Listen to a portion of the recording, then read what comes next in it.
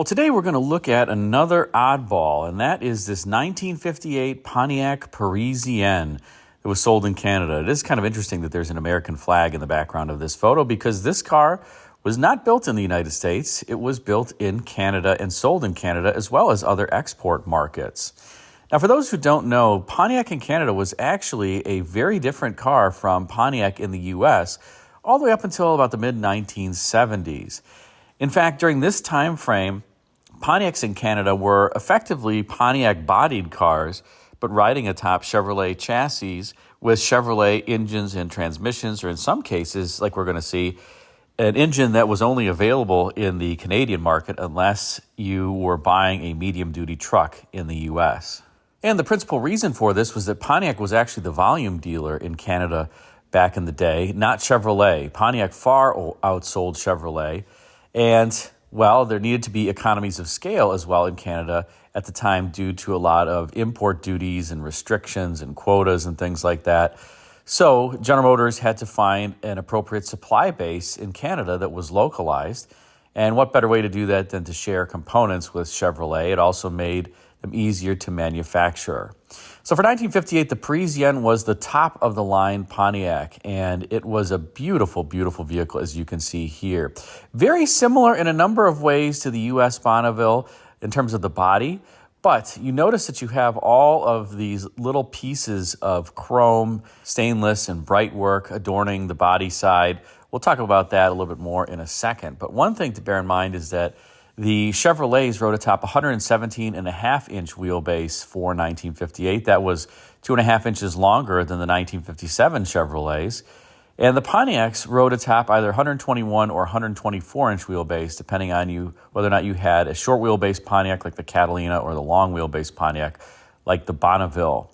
Now, the Parisienne has the Bonneville side trim that you can see, all those beautiful pieces of bright work, but it's actually a Catalina body, and it's riding atop a 117.5-inch wheelbase because this particular vehicle is using Chevrolet chassis components.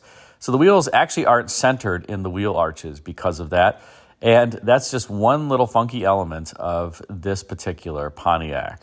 Now, for those who've been watching the channel for some time, you know that I'm generally not a fan of the 1958 cars from General Motors in terms of their looks, at least the Oldsmobiles and the Buicks. I think in particular, the Buick Limited for 1958 is just a god-awful design, especially with all of the various pieces of chrome pot metal trim and bright work adorning it. It's just over the top, and the Olds is very similar. But the Pontiac, despite the fact that it has a ton of bright work, I think is one of the most beautiful cars that GM produced for 58. I love that rocket form that just adorns the body side there that starts all the way back at the quarter panel that leaves this trail, obviously painted in white and trimmed in bright work to separate it from the copper-colored body, and then that immensely long nose that extends the entire rest of the length of the vehicle all the way up to the front. You'll notice, by the way, a little script Parisienne that's underneath that tip of the rocket nose, and that would be where the series name would reside on other vehicles.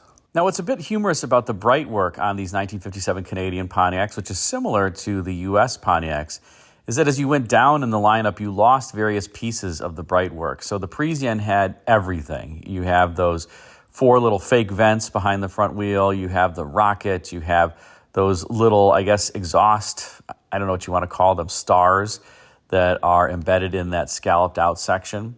But if you went one down the lineup to the Laurentian, you lost those 4 fake vents that are behind the front wheel. The Laurentian, again, was one down from the Parisienne in the lineup. And as opposed to having 4 of those stars on the rear quarter panel, you only had 3 when you got the Laurentian.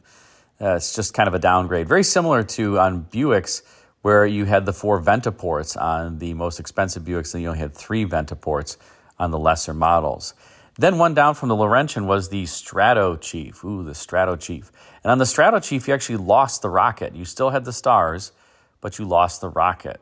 And then the entry-level series for the 1958 Pontiacs in Canada was the Pathfinder. That was the most economical, and in that case, you got no stars, no rocket, no nothing, really. That was adorning the body sides, aside from, well, the car still looked good overall. So that was the lineup from bottom to top: Pathfinder, Stratochief, Laurentian, Parisienne.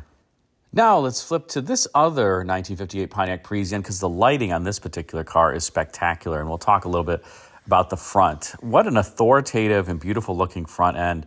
And I love how you have this grille that is embedded with this loop style bright work trim almost that is around it. And the astute observer will notice that underneath, if you look underneath the C in Pontiac and you go down to the grille, there's a little emblem there. On the other car, it had a V.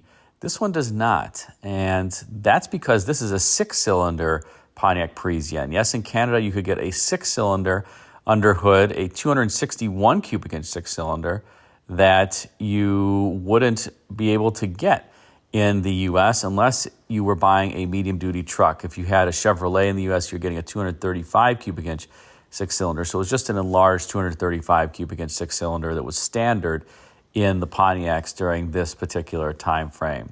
But notice that grille is just a wall-to-wall grille, emphasizing the overall width of the vehicle. I love how you have the quad headlamps. By the way, 1958 was the first year that the quad headlamps were legal in all 50 states. That's why you don't see them on a lot of 1957 cars. Some 1957 cars, like the Chryslers, you'll see both quad and dual headlamps, both variants, because of what I just related. But by 1958, it was okay to have the quad headlamps in all 50 states. And I love how it's almost like the headlamp style and the shape of that bezel is reflected in the bright work trim to kind of create those parking lights and turn signal indicators that are embedded within the grille.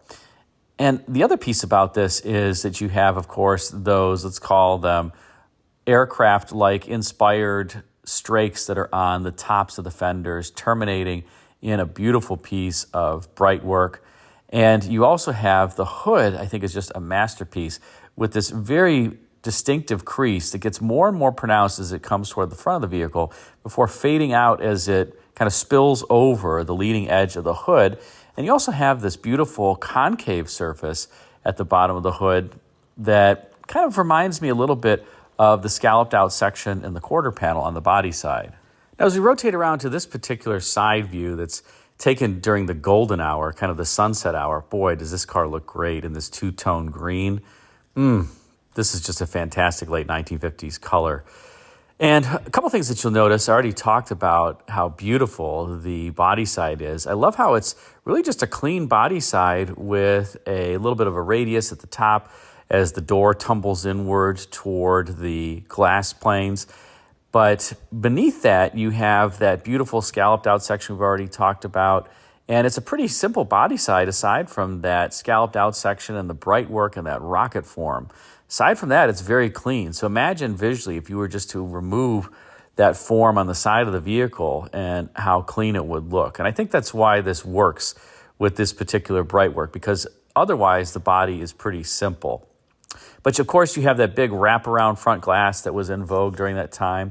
You have the wraparound backlight as well. And you have this beautiful arcing roof. That was something that General Motors did for many, many years. I think better than Ford, that often had the so-called three-box design on a lot of its vehicles.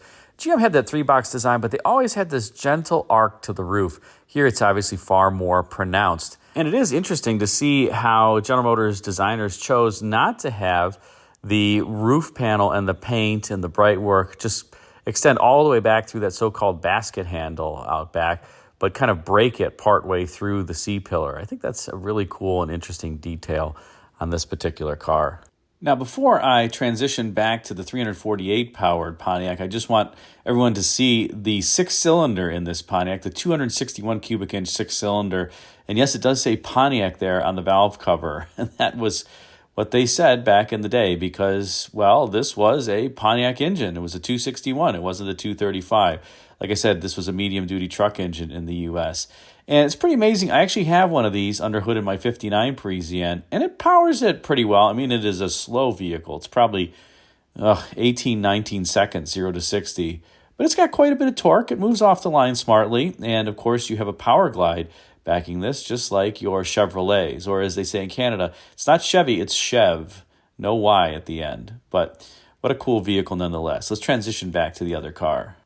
Now, out back, we have a lot of chrome doodadery and various pieces of stainless or chromed pot metal. I mean, look at the bumper, the nacelle around the tail lamps, the reverse lamps, the Pontiac block lettering. Of course, you have these huge strakes on the deck lid, perhaps an homage to the Pontiac Silver Streak and what you used to see on Pontiacs of old, but here on the deck lid, you also have that fake air extractor up on the roof, similar to the 58 Impala.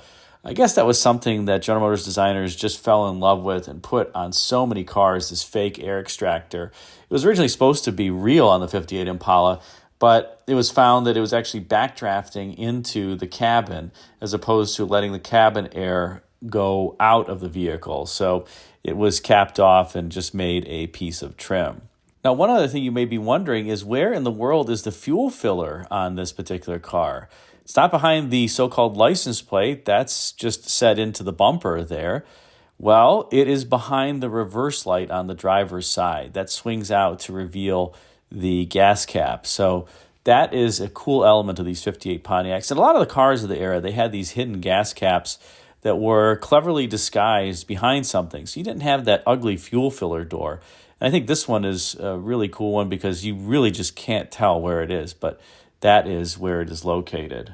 And then finally, we have this dead-on rear view, and you notice a number of pieces of symmetry with the front end of the car and the design, namely the quad headlamps and the quad tail lamps and the nacelle surrounding them look pretty similar here. You, of course, have the reverse lights below that, and then you have the exhaust that can come out the bumper, or this look of the exhaust coming out the bumper. You'll notice that this particular car has dual exhaust below the bumper. But you know, that look is certainly there in this vehicle. And as I mentioned, you have those vertical strakes that run the length of the deck lid. And I think that was kind of emulating prior Pontiacs and the Silver Streak look that they used to have, but doing so in an interesting way on the rear. What a handsome car.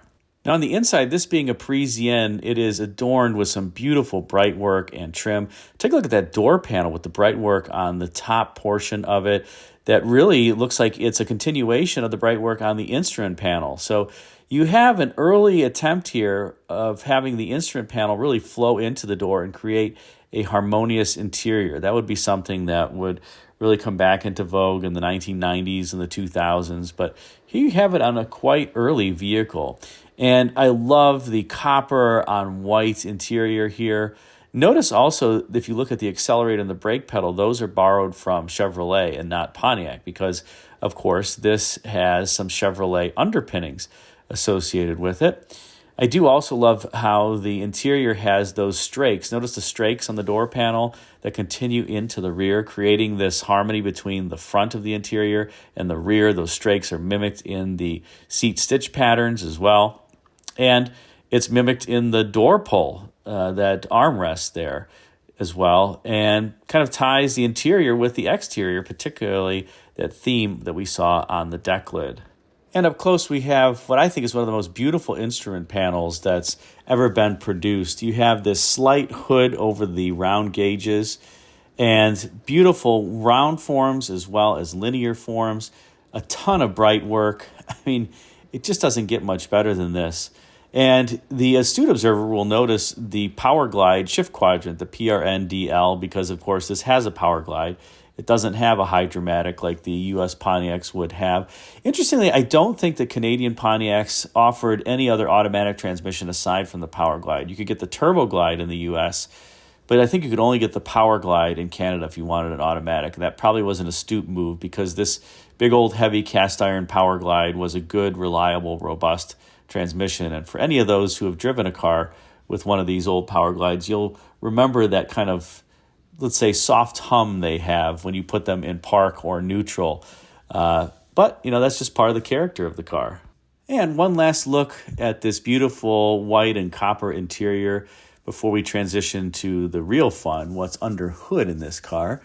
But again, I can't think of a more finely detailed, richly detailed vehicle of the era, especially in this particular price class, in this Parisienne. What a fantastically rich interior. And now let's transition to the fun part on this car, and that's what's under hood, this 348 cubic inch V8 from Chevrolet. And the 348 cubic inch V8 was introduced in 1958. This was the inaugural year. It would continue on through 1965. Of course, this would be the block that spawned the famous 409 cubic inch V8.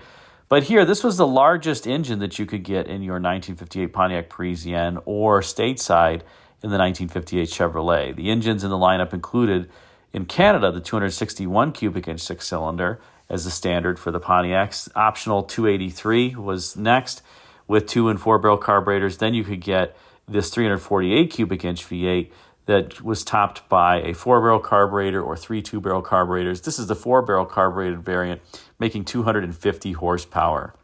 Now, the 348 cubic inch engine also had some interesting features. You'll notice those scalloped out valve covers, and that's because the valve train was kind of offset. You'll notice that the valves are arranged in this up and down fashion. And the purpose of that was to make the block shorter so they could get a little bit more roominess where they could package this engine into various vehicles. But that's why it looks like that. And again, this was a super, super rare option for a Canadian car. Gas was expensive in Canada, even back in the late 1950s and early 1960s. Well, it was kind of always expensive. And so as a result, you rarely see vehicles with the optional engines. You often see them with smaller engines. That's why they had smaller engines as standard equipment in Canada that they didn't have in the U.S., like the 6-cylinder that I just mentioned. And, it worked out overall. But don't be surprised if you're procuring a Canadian vehicle at the rarity or the relative rarity of the vehicles with the optional engines. My 1970 Impala, for example, has the big block. It was factory ordered with the 454, and I believe it was one of 40 that were sold in Canada with the big block engine. So it's super, super rare to find them. So now that we've been over this particular vehicle, what do you think about the Pontiac Parisiennes and the 1958 Pontiacs overall? Put a comment in the comment section. And how about this one with the 348 cubic inch V8? Or even the one with the 6-cylinder that you saw, the green one? Let me know what you think. Put a comment in the comment section. Thanks again for watching.